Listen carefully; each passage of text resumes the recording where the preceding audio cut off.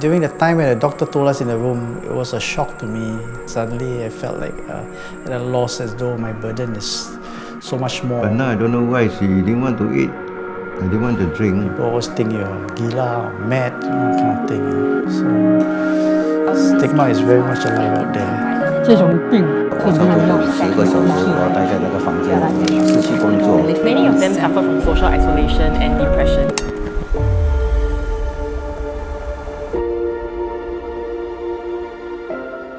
我们结婚这么多年，一路来都是靠着他帮助我，那我才能够活到年纪这么大。因为心情好，可以长寿。他最近的失症好像比较严重一点，动不动就发脾气。但是没有办法，这种病谁都不想要，但是一患上了就没有办法。有时候要发脾气，过后想想，他是因为病才会这样。我也不能够怪他啦，所以我觉得有时候我大声跟他讲话啦，骂他啦，也是很后悔，说我不应该对他怎么样，所以我尽我的可能，尽量帮助他。出门我带他去，到哪里我带他到哪里，尽量符合他的意思，把这个怒气吞到肚子里面去，不要发表出来。不能够吞的时候，我跑到外面去走走，到外面走一圈。没事了。我娶她的时候，我跟我的岳父说，我会照顾她一生一世，所以我保持我的诺言，我一定要照顾她，不管她怎么样，我都要忍受下来，到最后。In some ways, yes, I would say my condition has caused a little bit of difficulty in daily life, but it's something that I'm always overcoming. As I go through life, I realize that I need to look at it not as a challenge, but more as something that is just part of me and something that I will need to live with, find solutions to work around the problems I face in daily life that is visual based. So I decided to volunteer in SPAA. To see my clients being satisfied with what they can do after they go through the sessions with me is definitely something that keeps me going, or they are able to spend their time consuming media, like maybe listening to the radio or watching YouTube. That's something that is very satisfying because I know that I have changed their life in some way. I come here every morning. 9 o'clock they start, I was here already. Some of them will say, people feed her, people take care of her. Why must you come every day? If you are in her position, how do you feel? Nobody can see you, how do you feel? People think of some nonsense. See, you are old, nobody going to take care of you, you are useless, all this and that, right? And then your mind go, your sick is very hard to heal. But here, last time we just fill him a spoon, slowly spoon. Last time he want to eat, he can eat. Until today, she don't eat anything, no? But now I don't know why she didn't want to eat. I didn't want to drink. Only she wanted. I feel that. But this, God will, we cannot do anything. So I just do some massage for her. Massage, try to massage the leg. Well, I hope she will stand up herself and then she can eat everything by herself. She's a very strong contributor to the motor neuron disease support group. She thought about how else she could actually improve other people's lives despite her own limitations. And I think something that Sharon is always looking out for is the chance to speak with volunteers, to share more about her experience such that the volunteers can do more for others. Although it was emotionally painful for her, she still pressed on and she found ways to overcome it. I vividly remember accompanying her on the ambulance to and fro from her nursing home and to appointments where I held her and looked at her. I think that moment made me realize how much I love her, and that we should cherish the time we have with our loved ones. As she said once, look at life as a lot of nice flowers, butterflies, fresh air, and that life is worth living for. So it's looking on the bright side of things, so don't give up. PD is a lonely journey. This mode of treatment is done at home. We call it the home dialysis. And because of we're doing this at home most of the time, we do not get to go out. Unlike the HD patient, they go out to the center, they meet their friends there. 那时候洗肾的时候是很沮丧，也是很挣扎啦，因为我失去工作，我一天要洗9个小时咯，前后我差不多有10个小时我要待在那个房间里面啦，每天都睡不好，晚上也是睡不好。一年后，我来 NCAP 听一个讲座，那时候开始把 PD patient 连接在一起，大家都在一起，就是交换意见，然后大家在一起交朋友，朋友一多了，就心情会比较好一点，大家好像兄弟姐妹这样咯。It is important for the PD patient to be responsible for their own health care. You want your family member to have a peace of mind. You want to continue living the way you have been living before you start dialysis.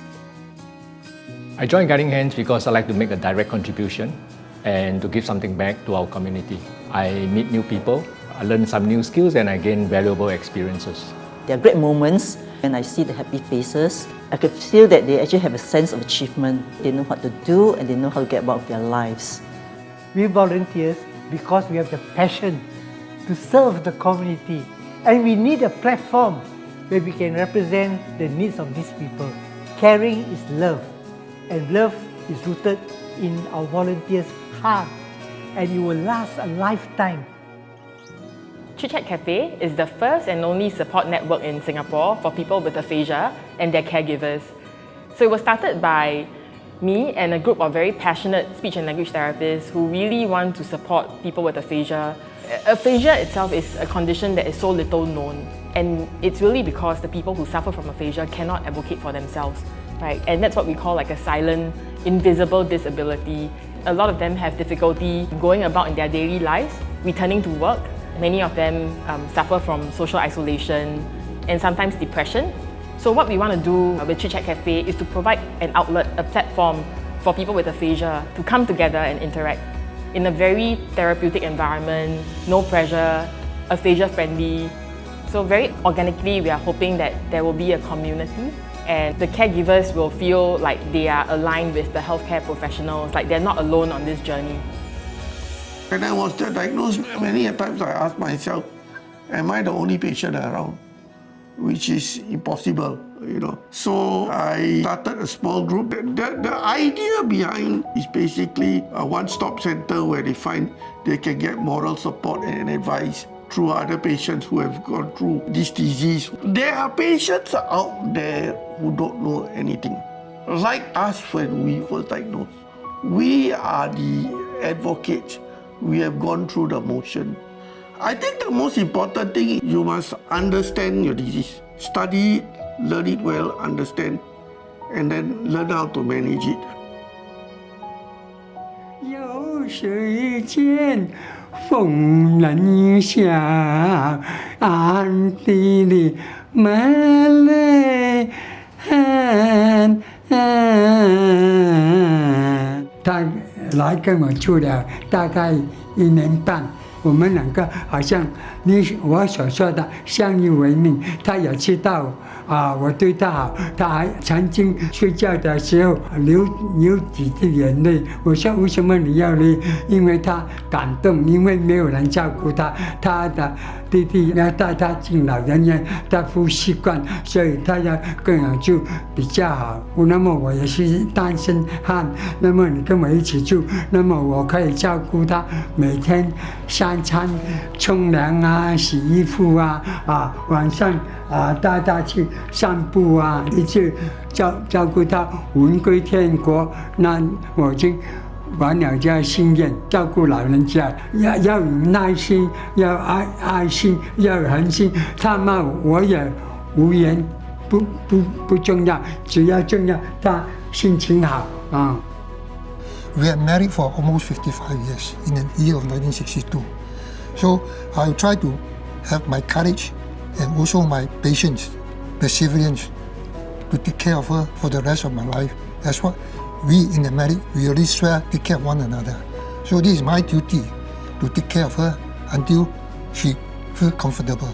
Now, although I may have a bit difficulty, she had problem in feeding.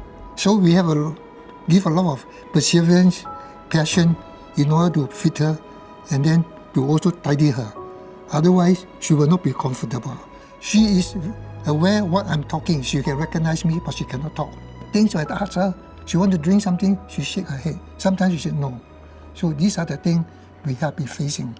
My main encouragement is the caregiver must have the compassionate perseverance in order to do it, and also with good intention.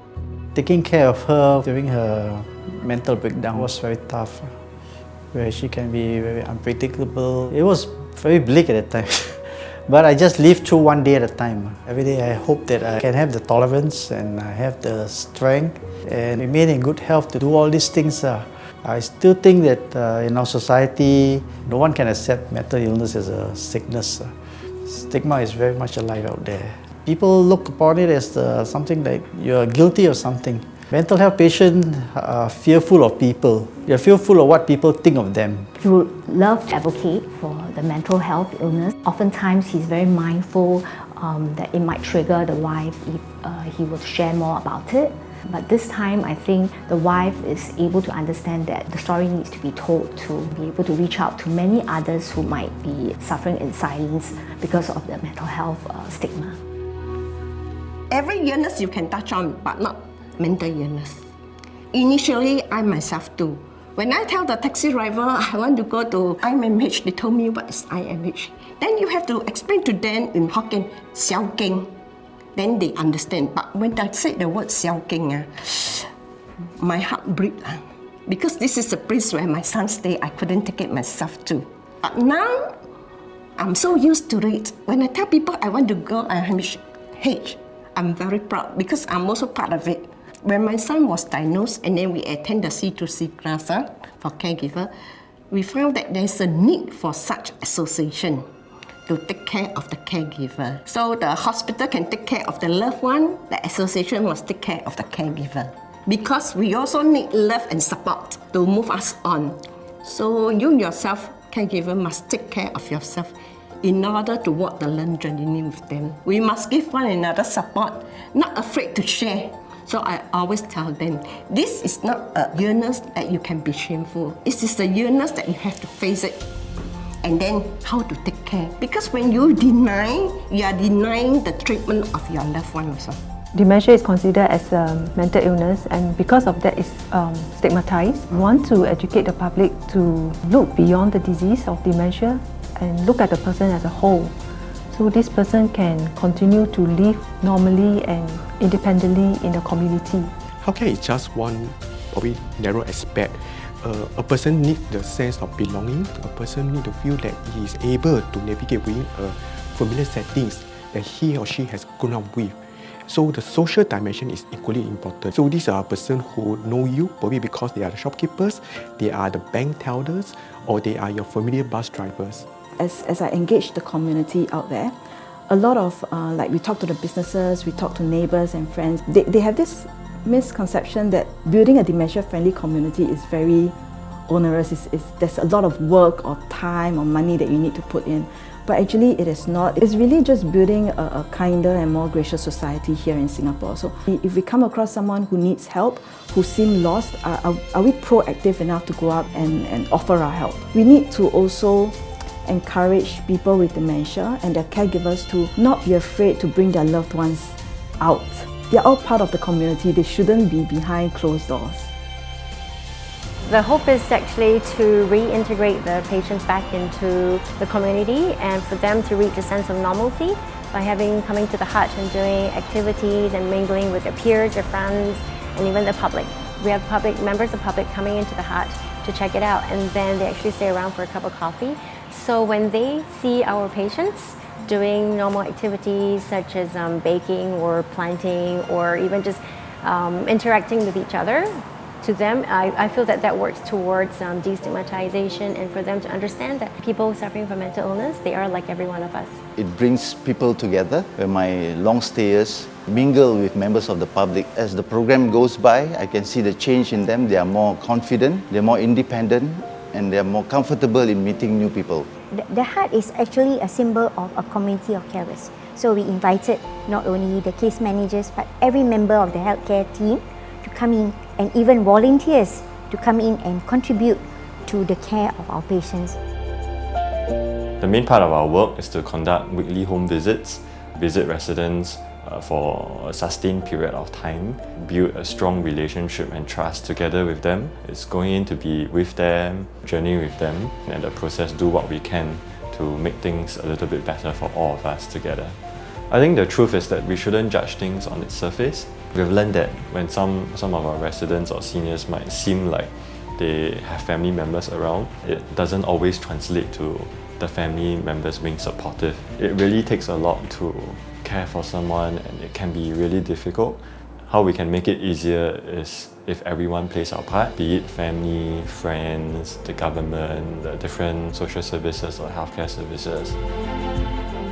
For me, over time, I've learned to see them as friends. Friends I see on a weekly basis. Now it's like they can recognize us and remember our names, and we can do the same for them. So it was very different from what we initially expected. Like, they're actually very, very, very nice people.